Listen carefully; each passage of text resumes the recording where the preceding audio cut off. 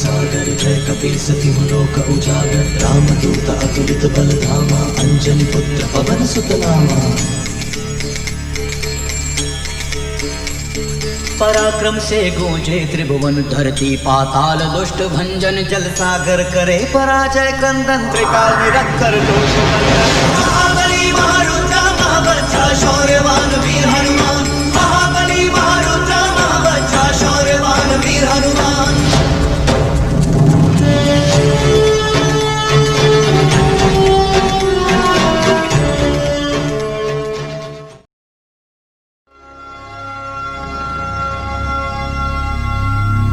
प्रभु आज 3 दिन हो चुके हैं, क्या समुद्र देव आपकी प्रार्थना सुनेंगे? लक्ष्मण, तो हमें दूसरा मार्ग अपनाना होगा। ओ विराट समुद्र, हमें राह दीजिए, अन्यथा मुझे बाण चलाना होगा। हे प्रभु, मैं यहाँ हूँ। प्रभु, मैं प्रकृति के नियमों से बंधा हूँ। मुझे अपने गहराइयों में पलने वाले प्राणियों की रक्षा करनी है। राह देने में वो नष्ट हो जाएंगे प्रभु। पर समुद्र देव, मेरी सेना पार कैसे जाएगी? आपकी सेना में 2 कुशल निर्माता हैं, नल और नील, जो पत्थरों से लंका तक का पुल बना सकते हैं। और राम नाम की महिमा से तो भारी भरकम पत्थर भी मुझ पर तैरेंगे। मैं अपनी ओर से आपको पूरा सहयोग दूंगा प्रभु। ठीक है, पर अब इस बाण का क्या करे देव? ये धनुष पर चढ़ चुका है। धूम्रकल्प पहाड़ ही इस बाण की शक्ति सह पाएगा प्रभु।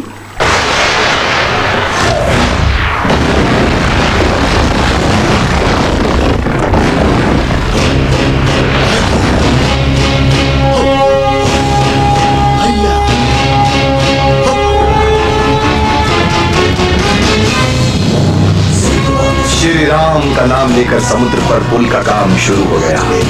समुद्र देव ने जैसा कहा था वैसा ही हुआ। बड़ी बड़ी चट्टानें और पत्थर डूबने के बजाय श्री राम का नाम लिखते ही समुद्र में तैरने लगे।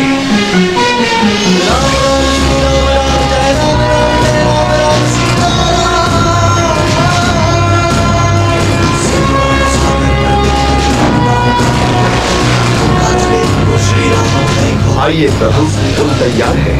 जय श्री राम। और प्रभु श्री राम का नाम लेते हुए सारी वानर सेना आ पहुंची लंका तट पर पापियों के नाश के लिए। महाराज, महाराज, वानर सेना ने लंका में घुसपैठ कर दी है।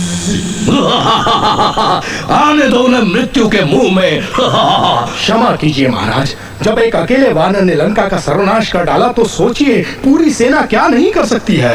माल्यवान सावधान, तुम भी विभीषण की तरह कायर बन चुके हो। शरीर के साथ साथ तुम्हारी सोच भी बूढ़ी हो गई है। दूर हो जाओ। अपने महल में खड़े होकर रावण ने जब हमारी विशाल सेना देखी तो वो दंग रह गया। लेकिन रावण को सामने देख सुग्रीव अपना क्रोध नहीं रोक पाए। जय श्री राम।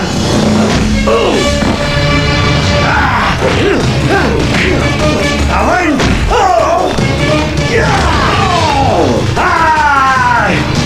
मुझे मारना है ना? आओ मारो। यहाँ हूँ मैं। यहाँ हूँ मैं।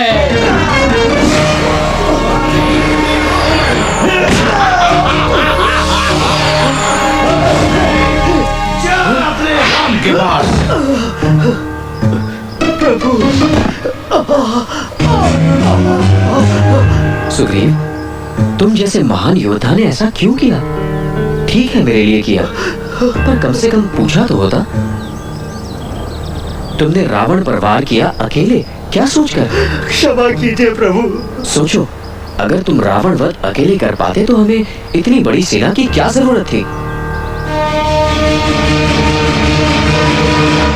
पल भर में भावुक होकर विजय नहीं पाई जाती। जीत के लिए योजना और अनुशासन चाहिए। सेनापति, सभी प्रमुख योद्धाओं को बुलाओ। आप सबके क्या विचार हैं योद्धाओं? भैया, हमें बिना देर किए तुरंत वार करना चाहिए। नहीं लक्ष्मण, अभी नहीं। मुझे लगता है हमें रावण को अपनी भूल सुधारने का एक और मौका देना ही चाहिए। ये बहुत अच्छा विचार है, पर रावण तक मेरा संदेश कौन लेकर जाएगा? प्रभु, हमें बाली पुत्र अंगद को भेजना चाहिए। वो बातचीत और कूटनीति में माहिर है। वीर अंगद, इस काम के लिए मैं तुम्हें भेजता हूँ। ये मेरा सौभाग्य है प्रभु। सफल होकर लौटना अंगद। तुम्हारी यहाँ आने की हिम्मत कैसे हुई? राक्षस देश में एक राजदूत के साथ क्या यही व्यवहार किया जाता है? मुझे बैठने के लिए भी कहो। कहो जो तुम्हें कहना है। हाँ, पहले अपनी गद्दी तो बना लो।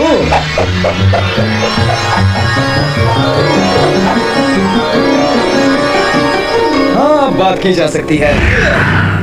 अब बता वानर के बच्चे। प्रभु श्री राम ने तुमसे युद्ध की पूरी तैयारी कर ली है। तुम्हें आखिरी अवसर दिया जा रहा है। तुम अपनी झूठी शान छोड़कर रावण श्री राम से क्षमा मांग लो। नहीं, ये कभी नहीं हो सकता। रावण, तुम्हारा पूरा राज्य नष्ट होने को है।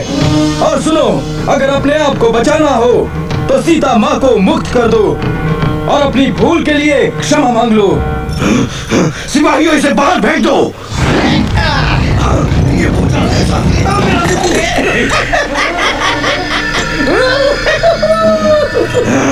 वापस करो, पकड़ो इसे। इस धरती पर ऐसा कोई राक्षस पैदा नहीं हुआ जो मेरा पांव हिला सके। और अचानक रावण का मुकुट हमारी ओर तेजी से आता दिखा।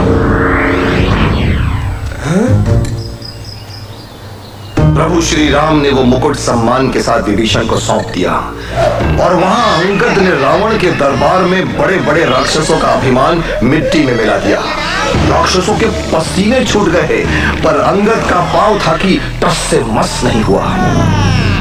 और कोई बचा है? मैं देखता हूँ। अरे नहीं, मेरे पैर पर नहीं, श्री राम के पैर पर गिरना कायर। खैर छोड़ो, मूर्खों को क्या समझाना। अब सीधे रणभूमि में धूल चाटना। जय श्री राम। सीता, युद्ध छिड़ने ही वाला है। रावण ने तुम्हारे पति का शांति संदेश ठुकरा दिया है।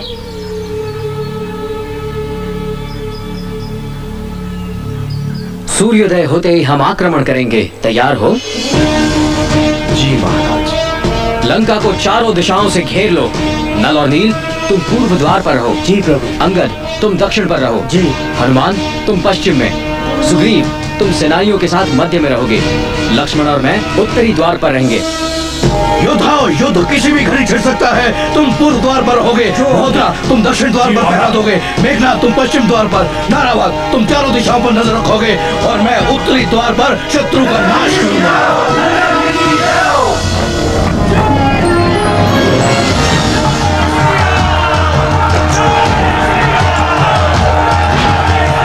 और इस तरह संसार का सबसे भयंकर युद्ध शुरू हो गया। राम का नाम लेकर हम युद्ध के लिए पड़े थे, इसलिए दुष्टों का नाश तो सुनिश्चित ही था।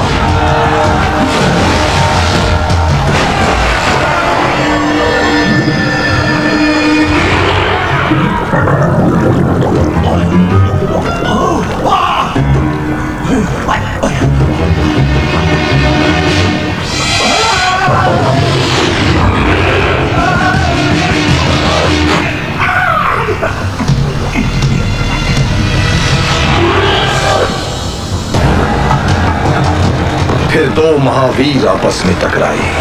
लक्ष्मण और मेघनाथ, दोनों बड़े बलवान, एक से बढ़कर एक शक्तिशाली। मैं अपनी गदा से राक्षसों का सर्वनाश कर रहा था कि अचानक मैंने देखा लक्ष्मण मेघनाथ के वार से गिर पड़े।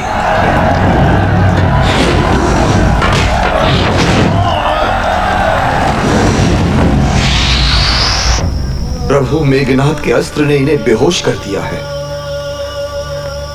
नहीं लक्ष्मण, अब मैं क्या करूं मेरे भाई?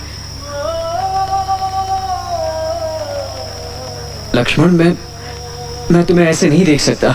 तुम्हारे बिना मेरा जीवन कुछ नहीं है। प्रभु, मैं आपको इस हाल में नहीं देख सकता। मैं अमृत की खोज में धरती आकाश एक कर दूंगा। लंका से सुषेण वैद्य को ले आओ। हनुमान, समय बहुत ही कम है। सुषेण वैद्य को तुरंत लाने का एक ही उपाय था।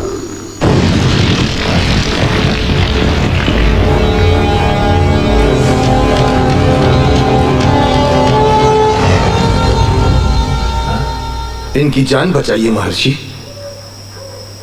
इसकी जान बचाने के लिए सृष्टि में केवल एक ही इलाज है। बताइए वैद्य जी। ध्यान रहे कि सूर्योदय होने से पहले ही इसे संजीवनी बूटी का सार अवश्य पिलाना होगा। संजीवनी कहाँ मिलेगी, मुझे बताइए वैद्य जी। विशाल हिमालय के द्रोण पर्वत पर जरूर मिलेगी। परंतु मैं संजीवनी बूटी को पहचानूंगा कैसे?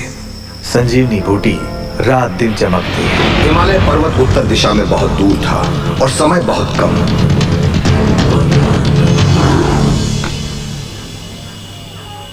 प्रणाम। क्या द्रोण पर्वत की यही दिशा है? मैं सही हूँ? हाँ हाँ सही हो, पर रुककर पानी तो पी लो। वो रहा तालाब, आंखें बंद करके पीना। धन्यवाद। हाँ?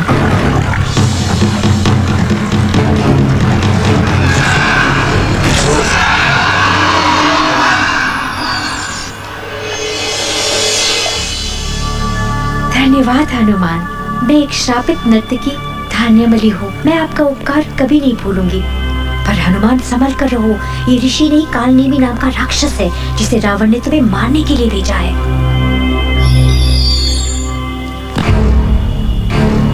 ओ महान बानर, तुम लौट आए। आओ बैठो, मुझसे कुछ बातें करो। पर पहले मुझे तुम्हारी अच्छाई का बदला तो उतारने दो। आओ। क्यों, मजा आया? इसके बाद मैं तब तक नहीं रुका जब तक हिमालय के शिखरों तक नहीं पहुंच गया।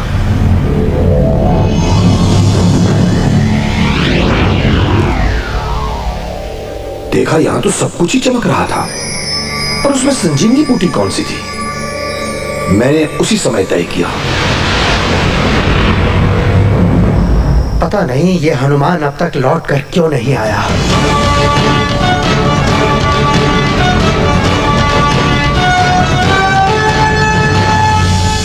वैद्य जी, मुझे संजीवनी की पहचान नहीं थी, आप स्वयं ही देख लीजिए।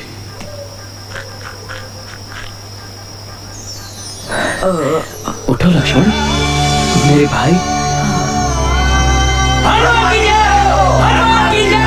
मेरा भाई कुंभकर्ण कहाँ है? उसे जगाओ।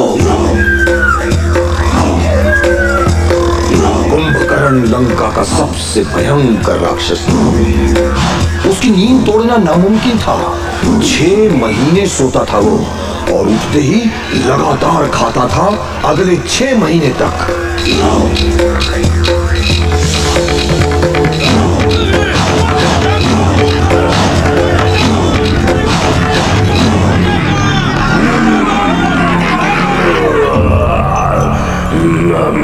किसने जगाया मुझे?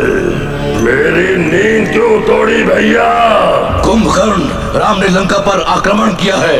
भयंकर युद्ध चल रहा है। लेकिन क्यों? मैंने उसकी पत्नी का हरण किया है। और मूर्ख हो तुम, क्यों अपना विनाश चाहते हो? मेरी मानो, लौटा दो उनकी पत्नी। कुंभकर्ण, मुझे मत सिखाओ। नहीं रावण, सत्य को युद्ध में जीतना असंभव है। कुंभकर्ण, तुम कायर हो। मृत्यु से डर है तो जाओ, राम के पैरों पर गिर जाओ और छोड़ दो अपने भाई को अकेले संकट में। आपका भाई आपके लिए जान भी दे सकता है। मैं अवश्य युद्ध लड़ूंगा।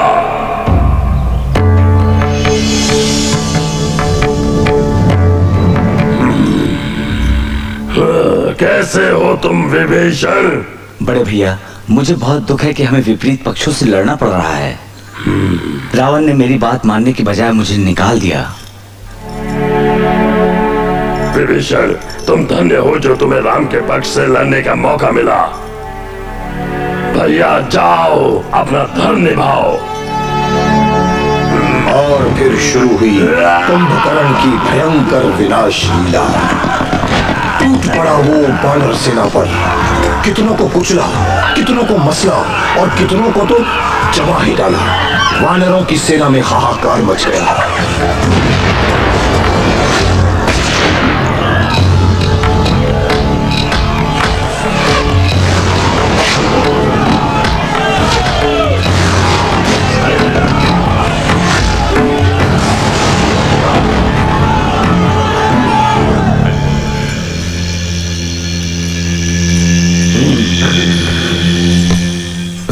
से क्या समाचार है? खबर बहुत बुरी है महाराज। युद्ध में कुंभकर्ण का वध कर दिया गया है। नहीं नहीं, मेरा भाई कुंभकर्ण। दुख ना करे पिताश्री, अब मैं रणभूमि में ही बदला लूंगा। मेघनाद गुस्से से आग बबूला था। रणभूमि में उसने आग बरसाई।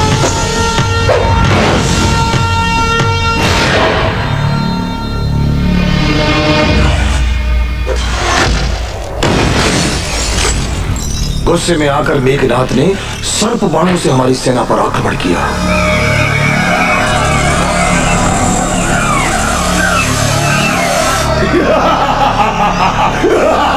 तब श्री राम ने गरुड़ राज को याद किया।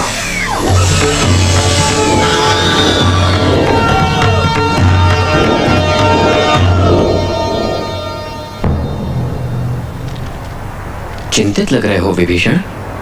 प्रभु, मेघनाद युद्ध में अपनी जीत के लिए एक यज्ञ कर रहा है। अगर वो सफल हो गया तो हमारी सेना उससे जीत नहीं पाएगी। हमें कुछ करना पड़ेगा प्रभु। मैं उसे देख लूंगा भैया। अवश्य।